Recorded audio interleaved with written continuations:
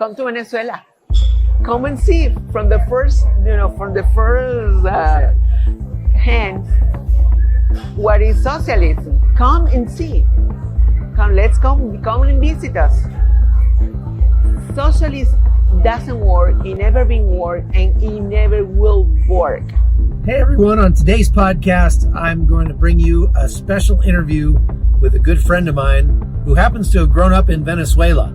She's going to tell us what it was like before socialism, and she has a warning for America. This is The Hot Zone. Engaging with the news in a whole new way, international war correspondent Chuck Holton brings insight into areas of crisis and lets you help those affected.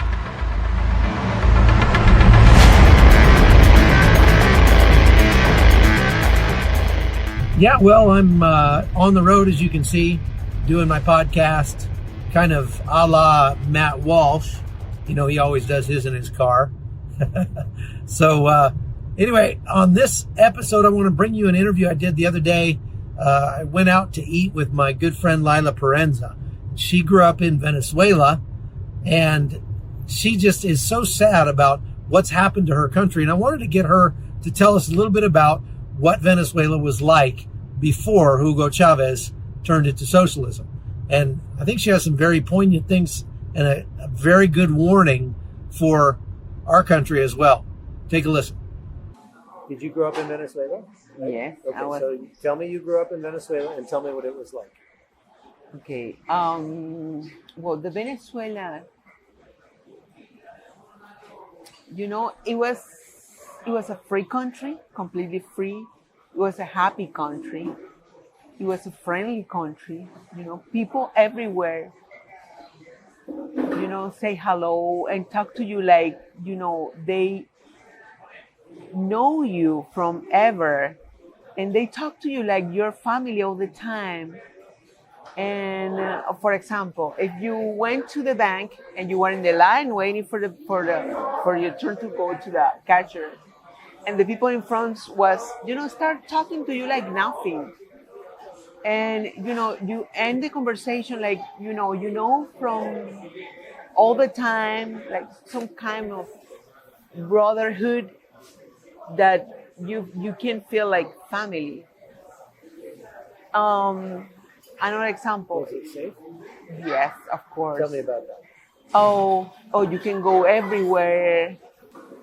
I remember in December, we went to El Poliedro, which is a big party for Christmas.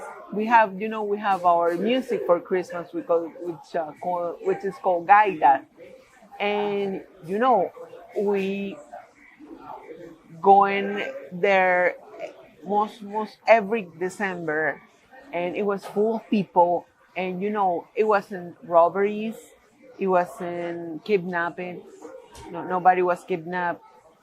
You know, it was safe. It was a safe place. They have robberies like in every place, but you know, they stole your cellular, for example, sometime if you live there on a table. But it was safe. It was completely safe. It was clean. So was this like in the 1970s, 80s? No. I was born in 69, so that was in the 80s. I came to Panama in 2000. Okay. Yeah, 2000. So this is before socialism, right? Yes. So yes. what was Venezuela before it became socialist? Well, you can't compare Venezuela in that time with any, you know, country right now like Panama. You went to the supermarket at that time and you can find anything you wanted. Actually, it was funny because we the Venezuelan people, we used to travel too much. We went to Miami and they used to call us the Tabarato because every time we were for shopping, it says, oh, it's cheap, give me two. So está barato, dame dos. So they used to call us Tabarato. So yeah, I remember we went to Miami and we buy a lot of stuff there, you know, stuff like, you know, you don't find in Latin America. But it wasn't because um, it was missed. Like right now, you cannot find paper toilet or essential things, but only because you went to go there and buy some different stuff. Like every time you can find, for example, here in Panama, there is stuff that you cannot find here. But no, it was a really really nice country. But I'm telling you, the people, the change in the people, it's for me, it's the hardest part. This break brotherhood that the Venezuelan get after Chavez. To me, that was the worst part. What do you mean? Explain that. Okay, he started to tell the people that being rich was bad, and that's create some kind of if somebody was poor, that creates some kind of jealousy and envy. So he used that sense, that sentimiento, to separate people. So then they start fighting between. Do you see the same thing happening in the United States today with the Right. politics? Yeah, I can see. I can see with between the Democrats and conservadores, Republicans. Yeah, I can notice right now. It's the same thing. They start exactly the same. They say, okay, being have money, it's bad. Everybody, if socialist, it's better because everybody will be the same, and that's not true. Because rich people, which is the company who have which is the people who have companies, it's the people who give you employees. Right. So, how did Venezuela change when socialism showed up?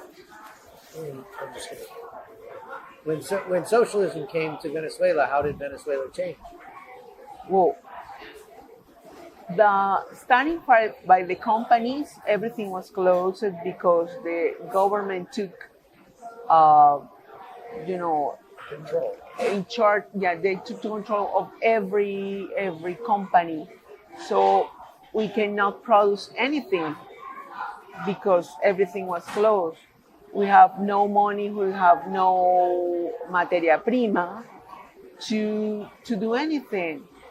And the government, it's been there to make rules, to make laws, not to feed the people, not to harm the companies.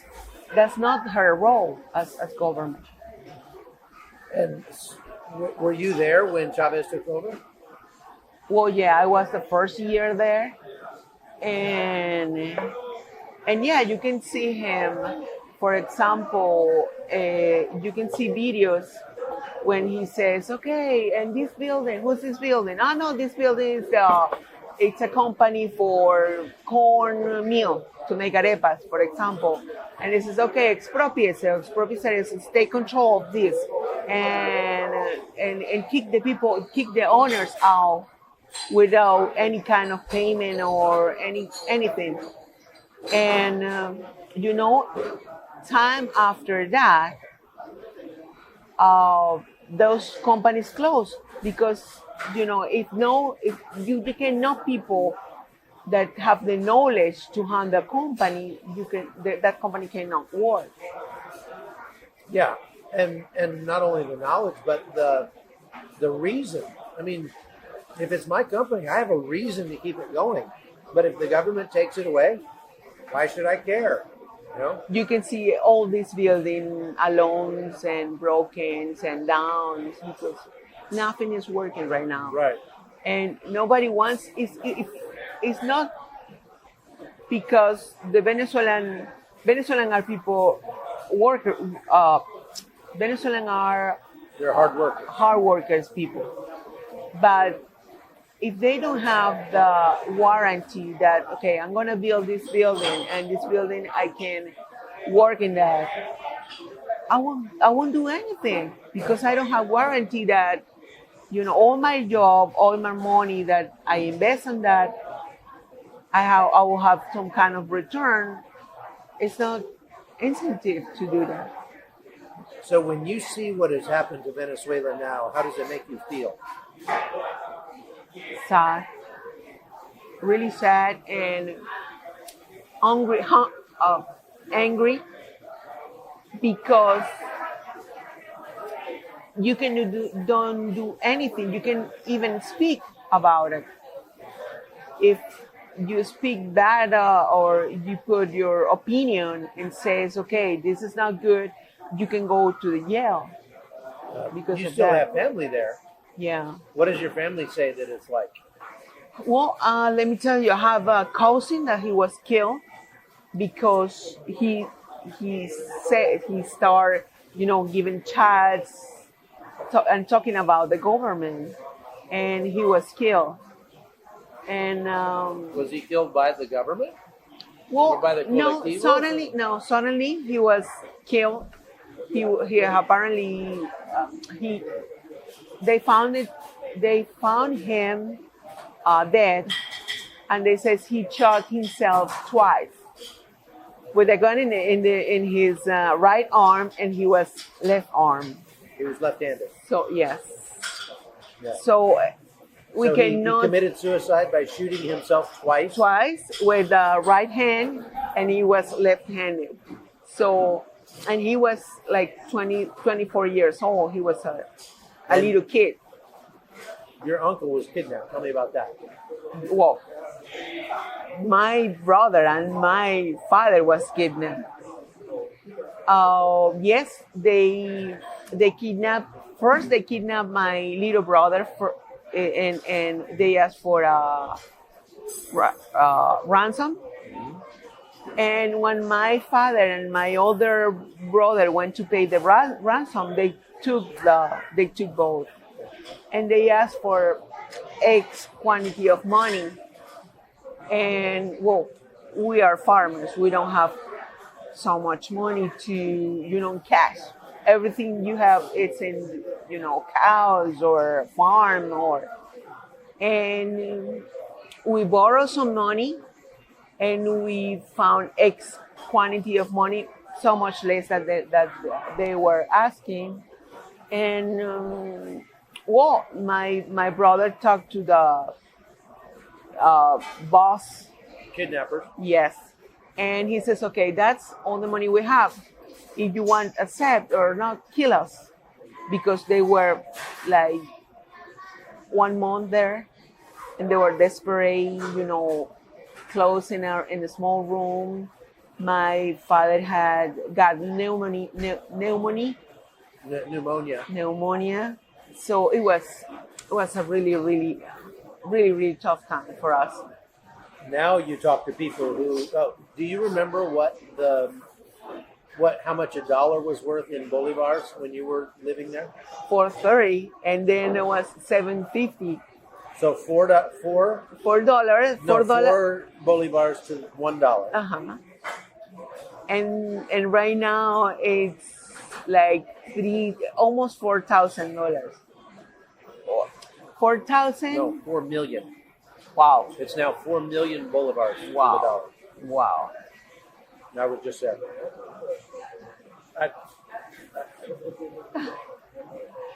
How can that be? Well, Huh? and they says that the problem in Venezuela is because they have blockades, but that's not true. They have a lot of money. Actually, you can see in the news that every day they're trying to get money from any other countries, and they have a lot of money right now. So Venezuela, it's just it's just time to renew, change the government, and do the right things. Mm-hmm. Sorry, I'm so hungry. Don't worry. So, Juan Guaido, how do you think that is going to work? Okay. Well, to me, this is personal. One, it's part of the organization, part of the opposition. He's the face.